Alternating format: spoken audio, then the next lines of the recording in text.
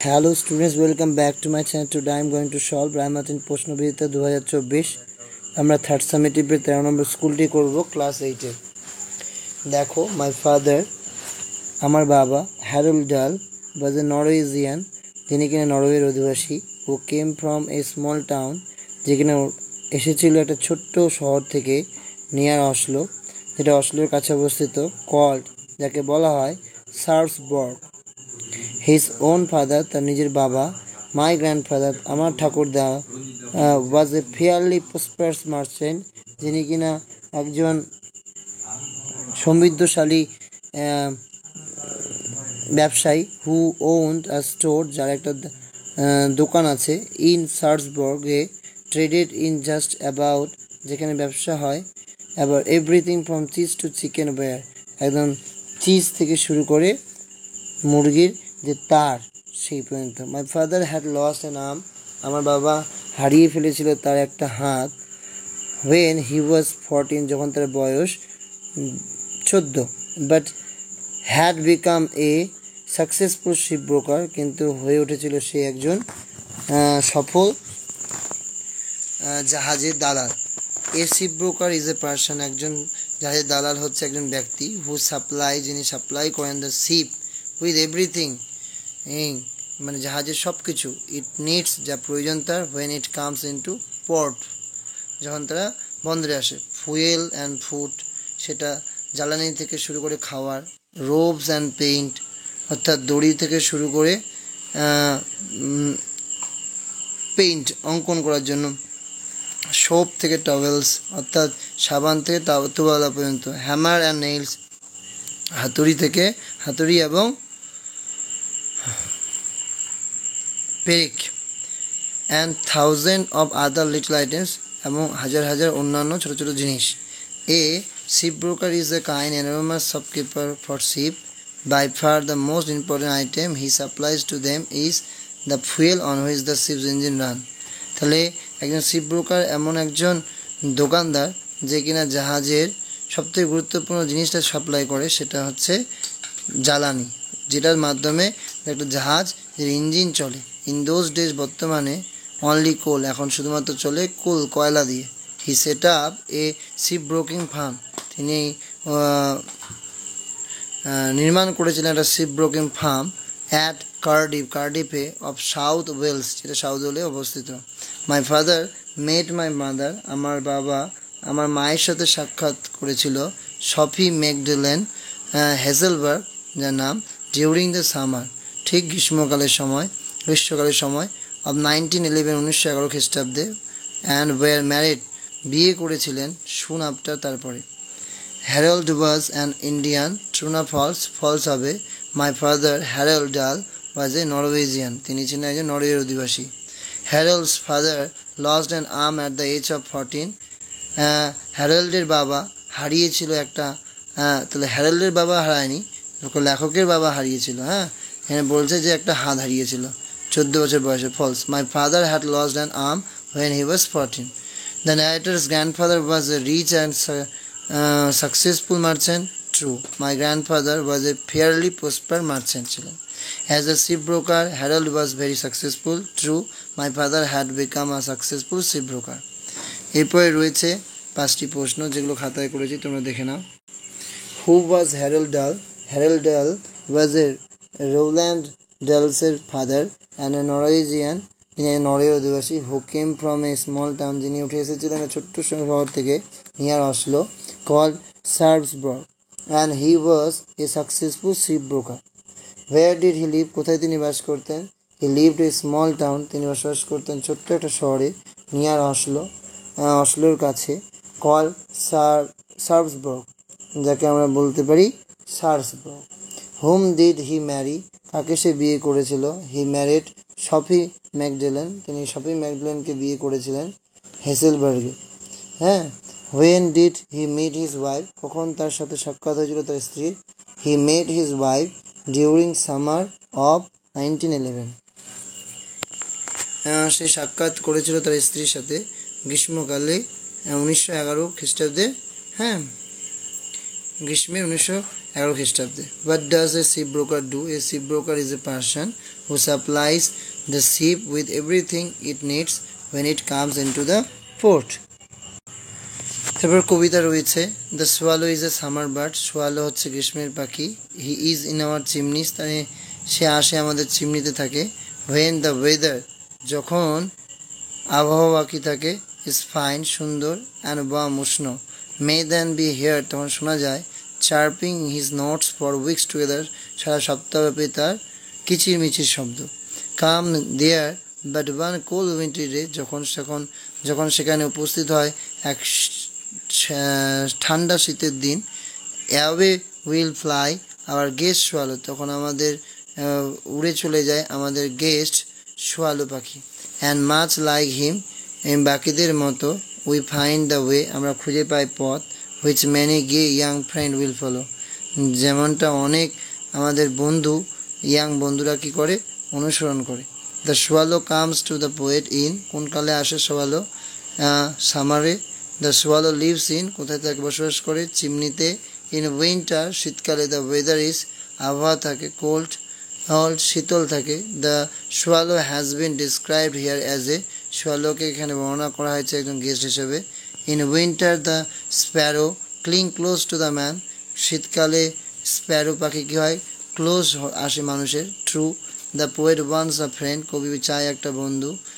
Like the স্প্যারোট, স্প্যারোর মতো, ঠিক না বল? ঠিক। দ্য মডার্ন ওয়ার্ল্ড,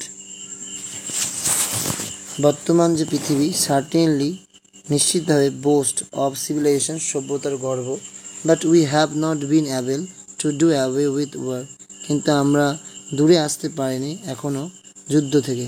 রেদার, পরিবর্তে, সাম পিপল, কিছু মানুষ, শো দেখায়, এ একটা টেন্ডেন্সি টু গ্লোরিফাই ওয়ার, যারা কিনা যুদ্ধকে সাপোর্ট করে, ঠিক আছে। দিস ইজ নট রাইট, এটা ঠিক না। ফর ওয়ার ইজ এভিল, কারণ যুদ্ধ হয় মন্দ। দ্য চিফ বিজনেস, প্রধান ব্যবসা, অব ওয়ার, যুদ্ধের, is to destroy human life, মানবিক যে জীবন, মানুষের যে জীবন তাকে ধ্বংস করে দেওয়া। টু বার্ন সিটিস, শহরকে পুড়িয়ে দেওয়া। To turn fruitful fields into desert, এবং ফলময় যে জমি বা ফিল্ড, শস্য, সেগুলোকে ডেজার্টে পরিণত করা, অর্থাৎ মরুভূমিতে পরিণত করা। To bring feminine and disease, এবং দুর্ভিক্ষ এবং রোগ নিয়ে আসা। And to increase the number of widows, এবং কোথাও গিয়ে বিধবাদের সংখ্যা বাড়ানো। অরফানস এবং অ্যান্ড ওন্ডেড পিপল, ঠিক আছে, বৃদ্ধি করা। অর্থাৎ আমরা বলতে পারি ওন্ডেড, ক্ষত মানুষের বৃদ্ধি করা। অরফান মানে হচ্ছে অনাথ শিশু, তো অনাথদের সংখ্যা বৃদ্ধি করা, এবং ওন্ডেড, আহত মানুষদের সংখ্যা বৃদ্ধি করা। আর দিস অনারেবল ডিডস, এগুলো কি ভালো কাজ? ইফ নট, যদি না হয়, দেন উই মাস্ট ট্রাই, আমাদের অবশ্যই ট্রাই করতে হবে, টু রেসিস্ট দেম, তাদেরকে থামানো। এবং উই বিলিভ দ্যাট, আমরা বিশ্বাস করি যে, ইট ইজ প্রেইজ অর্থ, এটা প্রশংসনীয়, টু হিল দ্য সিক, অসুস্থদের সুস্থ করা। To snatch the dyeing man from the জজ অফ ডেথ, অর্থাৎ যে মৃত্যুর যে চোয়াল, সেখান থেকে একটা মানুষকে ছিনিয়ে নিয়ে আসা, বাঁচানো। To improve the condition of poor, গরিবদের যে পরিস্থিতি সেটাকে ইমপ্রুভ করা, উন্নতি করা। উই রেসপেক্ট দোজ পিপল, আমরা সেই সমস্ত মানুষদের রেসপেক্ট করি, হু হ্যাভ রিস্ক, যারা রিস্ক নেয়, and even led their lives, জীবনে তাদের ঝুঁকি নেয়, for the betterment of our human society, আমাদের মানুষের যে সমাজ, মানবিক সমাজ, সেটার উন্নতির জন্য যারা ভাবে। গ্রেট থিঙ্কার্স, যারা চিন্তাশীল যে সমস্ত মানুষ রয়েছে, scientists, poets, social workers, have been tirelessly fighting against the poverty, তারা কিন্তু লড়াই করে দারিদ্র্যের বিরুদ্ধে, ডিজিজ, রোগের বিরুদ্ধে, সোশ্যাল ইনইকুয়ালিটি, সামাজিক বৈষম্যের বিরুদ্ধে, অ্যান্ড ওভার দ্য ওয়ার্ল্ড, সারা পৃথিবী জুড়ে। অ্যান্ড ওয়ার ইজ ইনস্ট্রুমেন্ট, একটা ওয়ার হচ্ছে একটা instrument, in the hand of cruel, যে খারাপ লোক যাদের, তাদের হাতের, এবং শক্তি যারা পাওয়ার লাভিং পিপল, যারা শক্তিকে কী করে ভালোবাসে যে সমস্ত মানুষরা, তাদের একটা কি যুদ্ধ হচ্ছে একটা ইনস্ট্রুমেন্ট, একটা খেলনা। সরি, ইনস্ট্রুমেন্ট মানে হচ্ছে যন্ত্র। হ্যাঁ, তো সেটা হচ্ছে তাহলে কী বললাম, যে সমস্ত মানুষগুলো ক্রুয়েল, হ্যাঁ, এবং পাওয়ার লাভিং পিপল, যে সমস্ত মানুষগুলো কী করে শক্তিকে ভালোবাসে, সেই সমস্ত মানুষদের কাছে, সেই সমস্ত খারাপ মানুষগুলোর কাছে যুদ্ধ হচ্ছে একটা ইনস্ট্রুমেন্ট, একটা যন্ত্র। সো তাই উই ডোন্ট ওয়ান্ট ওয়ার, তাই আমরা কি চাই না, যুদ্ধ চাই না। উই ওয়ান্ট লাস্টিং পিস, আমরা চাই দীর্ঘস্থায়ী শান্তি চাই। প্রশ্ন, we respect some people because they led, কারণ তারা কি করে, লেড ডাউন দেয়ার লাইফস, তাদের জীবনের ঝুঁকি নেয়, for the betterment of our human society. And আরও কিছু আছে, সেগুলো লাইনগুলো দাগিয়ে দেওয়া আছে, লিখে নিতে হবে। ওয়ার ইজ এভিল, যুদ্ধ হচ্ছে মন্দ, কারণ the chief business of war, যুদ্ধের প্রধান ব্যবসাটাই হচ্ছে, তারপর বাকিটা লিখে দিতে হবে, আন্ডারলাইন করে দাগাই দেওয়া আছে লাইনগুলো। হ্যাঁ, বাকিগুলো লিখে নেবেন। Wounded people of the scientists, poets and social workers tirelessly fighting against poverty, disease, বাকিগুলো তারপর যেখানে ফুল স্টপ দিয়ে লাস্ট লিখে নেবে। এরপর দুটো প্রশ্ন রয়েছে, তোমরা দেখে নাও। What is the purpose of the chief business of war? The chief business of war to destroy human life, to burial, to burn cities, to turn fruitful fields into desert, to bring famine and disease, and to increase the numbers of widows, orphans and wounded people. এরকম তো অবশ্যই লিখবে। আর এই কোশ্চেনটাও ছিল তোমাদের fill in the blanks A, which work is the prize worthy? It is prize worthy to heal the sick, যারা অসুস্থ তাদেরকে সুস্থ করা, to snatch the dyeing man from the জজ অফ ডেথ, যে সমস্ত মানুষরা মৃত্যুর মুখে, মৃত্যুর কবল থেকে, তাদের মৃত্যুর যে চোয়াল সেখান থেকে যাদেরকে উদ্ধার করা হয়, ছিনিয়ে নিয়ে আসা হয়, to improve the condition of the poor, তাদের আমরা কি বলতে পারি, তারা হচ্ছে প্রাইজ অর্থী। এরপর রয়েছে আমাদের অ্যাবভ প্যাসেজ থেকে খুঁজে নিয়ে লিখতে হবে সেম মিনিং। টেক প্রাইড, তাহলে হবে boast, sacrificed, laid down, injured, wounded, main, chief, laudable, তাহলে প্রেইজ অর্থী। এরপর রয়েছে ভয়েস ন্যারেশন, তোমরা দেখে নাও। ভয়েস রয়েছে রিতা নোজ মাই নেম, এই নোজ কথাটা যখন থাকবে তখন বুঝতেই পারছো প্রেজেন্ট ইনডিফিনিট, অবজেক্টের কি হয়েছে সাবজেক্ট। হ্যাঁ, তারপর কি প্রেজেন্ট যেহেতু am is are, my name is, know থেকে নন। হ্যাঁ, তারপর নো থাকলে সবসময় মনে রাখবে টু হয়, কি হয় টু, তারপর রিতা। ক্লিয়ার? এরপরে রয়েছে he put the Apple on his head. এক্ষেত্রে দেখো এই পুটটা হচ্ছে আমার কিন্তু ভি2 ফর্মে আছে, যদি ভি1 হতো তাহলে S/S থাকতো। দ্য অ্যাপেলটা হচ্ছে আমার অবজেক্ট, দ্য অ্যাপেল, পাস্ট টেন্সের জন্য ওয়াজ, দ্য অ্যাপেল ওয়াজ। কি না হয়েছে, পুটের থার্ড ফর্মে কিন্তু পুটই হয়, তো পুট, তারপর বাকিটা লিখে দিচ্ছি on his head, the apple was put on his head, he থাকলে হিম, বাই হিম। বুঝা গেল? এরপর আছে চেঞ্জ দ্য ভয়েস, এটা প্রথমেই তুমি দেখতে পাচ্ছ ভার্ব দিয়ে শুরু, ইম্পারেটিভ সেন্টেন্স, লেট দিয়ে করলাম, প্রথমে লেট, তারপর অবজেক্টের সাবজেক্ট লেট দ্য ভয়েস, তারপর হচ্ছে বি, ভার্বের ভার্ব ফ্রম চেঞ্জ থেকে এসে চেঞ্জড। ক্লিয়ার? এরপর বলেছে the fisherman are catching fish, এখানে এটা আমাদের অবজেক্টের সাবজেক্ট, অবজেক্ট আমাদের ফিশ, তাই প্রথম ফিশ, তারপর প্রেজেন্ট কন্টিনিউয়াস, এখানে অ্যামিজার, ফিশ ইজ, এবার কী হবে, ফিশ ইজ এর পর অবশ্যই being, the fish is being. এবার ক্যাচের থার্ড ফর্ম কী হয়, কট,